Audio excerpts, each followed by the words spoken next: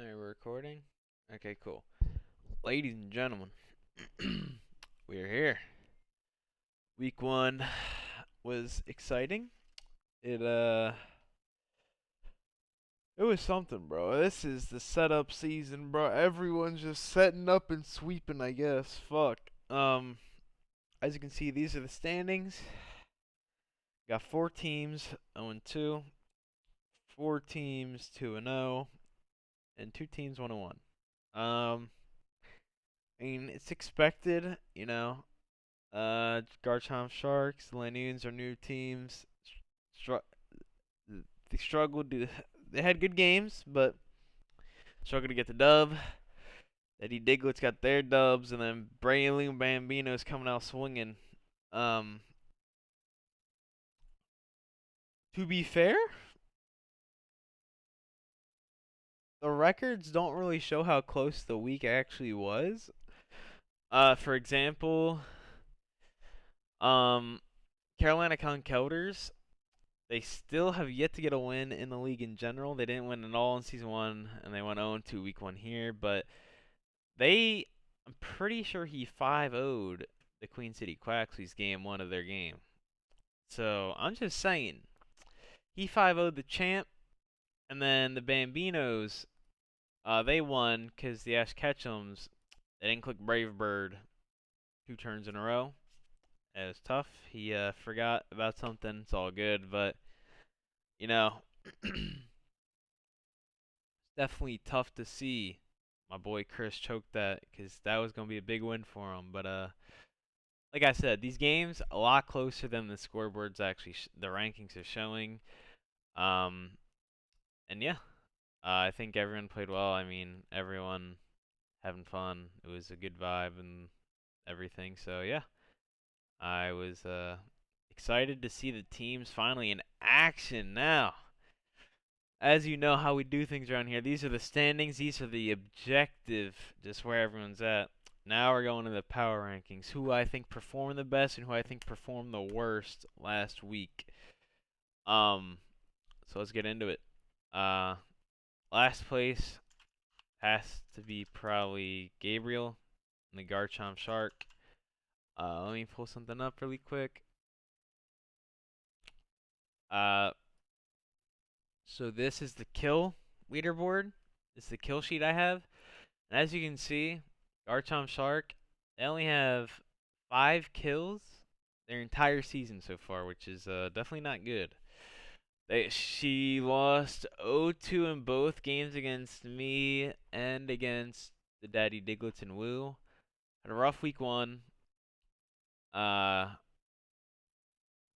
Again, her team kind of difficult to work around. There's a lot of overlapping type weaknesses. We saw this last season with the Carolina Conkelders. So maybe a couple trades here and there if she wants to. Maybe just bring in some funkier sets. She did bring some funky sets. I was happy to see that. Maybe just needs to figure something out. Just a lot of overlapping weaknesses that needs to be smoothed out. But maybe with a couple trades or a couple item switch ups every week, we can see the Garchomp Sharks take a dub. Number 9. Um, Probably gonna be Preston and the Carolina Conkelders. Preston, he did get a 5-0 win game 1 against the Queen City Quaxies, but then the other 2 games of the set, he kind of fell apart. Didn't really know what to do. Um, and then his game against Chase, Latios just set up a sub and outraged everything, and he died. So tough week for him. Um, I mean, he has a good team. Like I said, weather either works or it doesn't. This week, it just didn't work. Hopefully, he can get the game plan going, get the wheels turning, and things will be good. Um, I mean, you can see right here, Heliolisk put in some work, put in a lot of work against the Queen City Quaxleys. Other than that, nothing really did that well. Scissor 1-4, Goodra 1-4. So, definitely excited to see the more offensive because last week it was kind of tough for him to bring things like Manaphy, but hopefully going forward he can start bringing those things and be good. Number 8. Who did Mnez play? I want to see who Mnez played. He played Chris. He played Chris and Tabs. This is tough. Um, this is tough because Ash Ketchum's had the game won, but then they lost. And Mnez had the game won, but Darkest Lariat trolled him. Oh, this is a tough situation, bro. This is tough. Cause they both. I mean, the Chris threw because he didn't know something, and Mez threw because of mechanic in the game. So I don't know. Here you can put them in any order. Um, Ketchum. I feel like this is the most fair, solely because, um,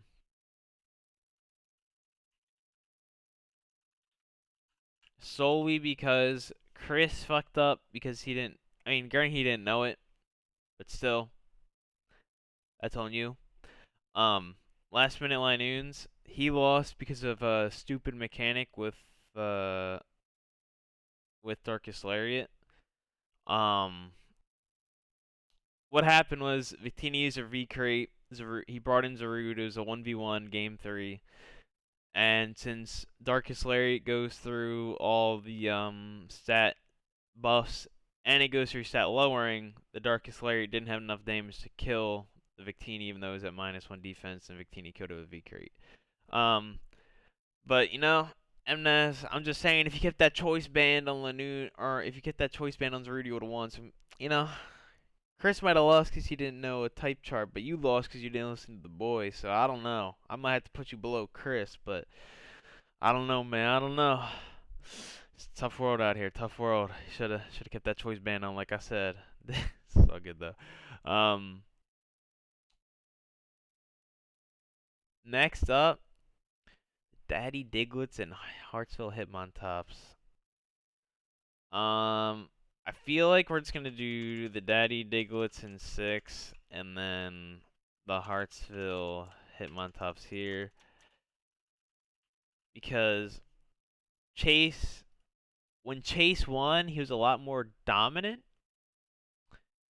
Let me see. Who did Wu lose to? I forget. Who did Wu play? Replays and results. Wu beat Gabriel, but on Saturday he played Tanner, but brought it to a game 3. No, I'm gonna switch this. Actually, I'm gonna switch this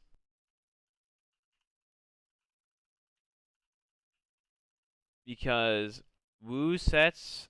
When Wu lost, it was close, and when he won, it was kind of a blowout. Like, not a blowout, but he won dominantly. When Chase won, he won very dominantly. It was a blowout. But when he lost against me, I almost 6-0'd in both games. I'll be honest. I almost 6-0'd in both games. So, for that reason, I think Chase just had too much of like a difference between his game against Preston and his game against me. But Wu, he made it competitive against Tanner, and then he made it competitive against Tanner, and then he like won pretty solidly against Gabriel. So like it was closer. The difference was closer. So I think Wu definitely performed better than Chase this week. Wu having a good performance. Just started playing Pokemon. He's already 5th in the power rankings. He's playing well. Couple of our older coaches in the Concouters, Ash Ketchum's Hitmontops. I'm just saying, man. I'm just saying. Our new coaches are good. Our new coaches are good. All right, now we're in the top 4. Top 4. Definitely the worst of the undefeated coaches so far is definitely the Breloom Bambinos. Both games won by the skin of his teeth. If Chris clicked Bravard one of 2 turns, he would have beat him. And if Zarude was either choice banded or if Victini was a little bit lower in HP, or Darkest Lariat didn't have that dumbass mechanic, he would the Braylon Bambinos would have been walking out here as one of our 0-2 teams. Um, Again, that's not to take anything away from Tabs. He played well, but in that late game, he was in some pretty bad spots, and he won. So I guess his clutch factor is just out of the roof. But as it goes, out of the 2-0 coaches remaining, I think the Bambinos definitely had the closest games of the 2-0 coaches, and that's why I'm putting him here. Number 3.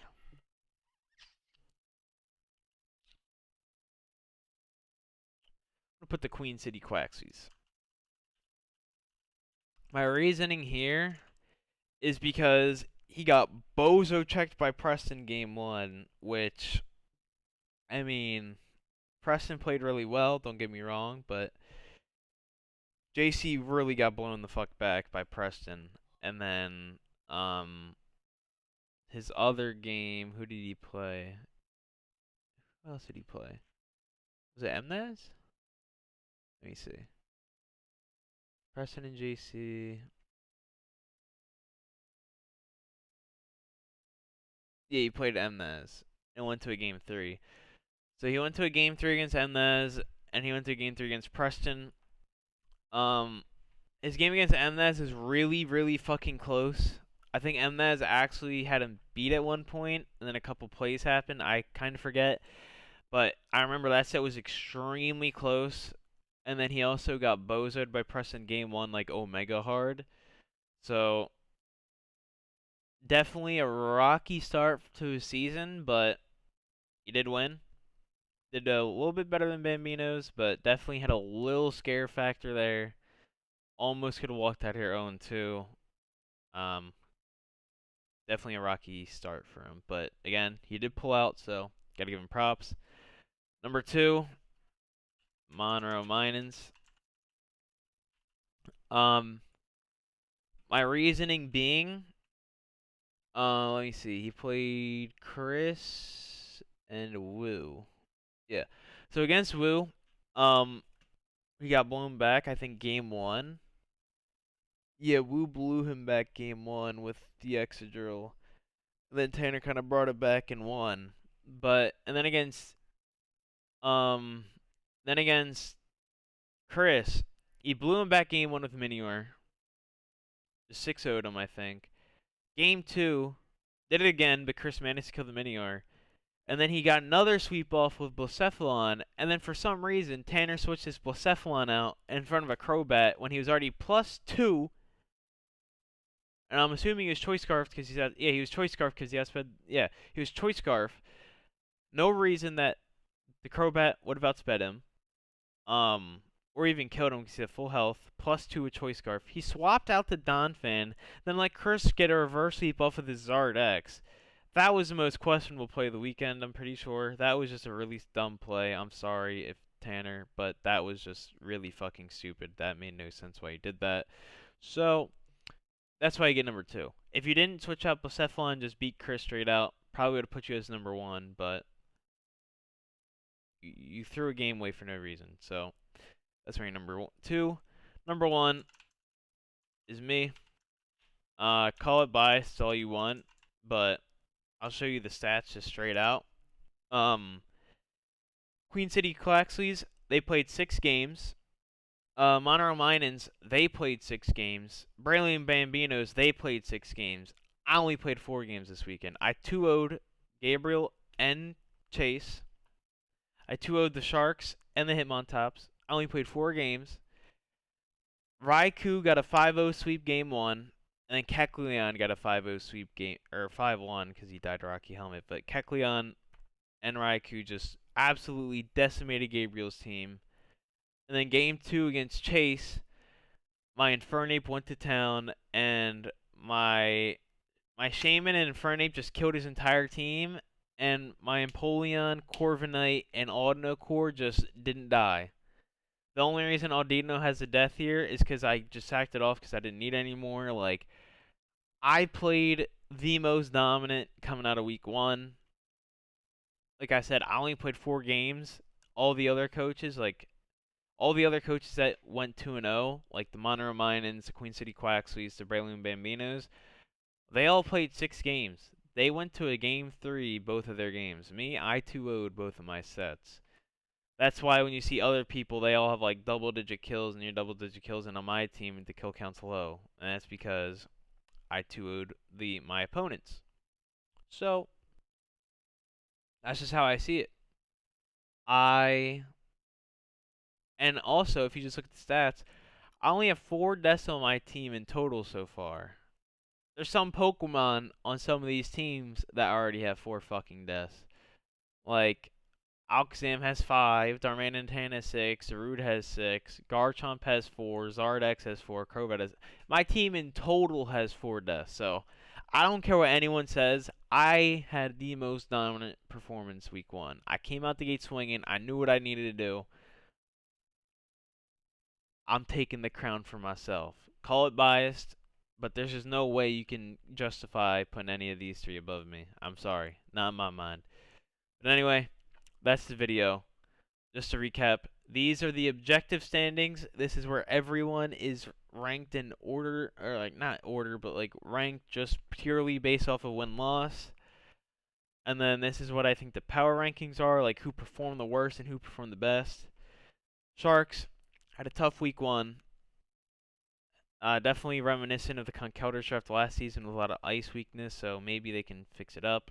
Maybe they see something different that they can do. Conkeldurrs had a really rough week, but they did manage to Bozo check the champ, so that's something to look forward to. Just gotta play off that strength. Ash Ketchum's just click Brave Bird 1 turn, and you're up here with the Daddy Diglets and Hartsville Hitmontops. Just a tough time there, and then also got a nice little reverse sweep off Tanner's throw. That's cool. Love to see what Chris can do moving forward. Linoons could have been 2-0. Almost beat GC and almost beat the Bambinos. If just 1 or 2 things went different, Linoons, instead of being 7th, they probably would have been 4th or 3rd. Linoons definitely had a close week 1, had a tough week 1. Definitely excited to see what they can do moving forward. Chase, dominant performance against Preston. That rivalry, I don't even think you can call it a rivalry anymore the way that Chase played that game 1. God damn. What's up?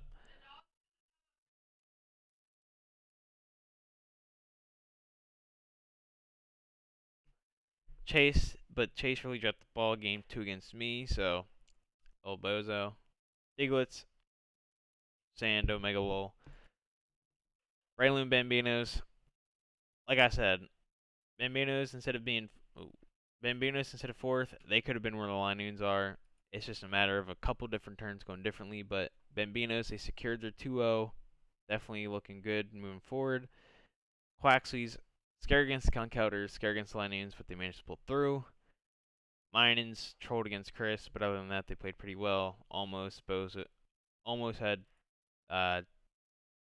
Woo Bozo him, but he did good. And then me, dominant performance. I almost played as flawlessly as you can. So say what you want. VODs are in the fucking my Twitch, and they're in the replay channel. If you don't believe me, go watch them back. I don't care. But yeah, I'm gonna get out of here. See ya.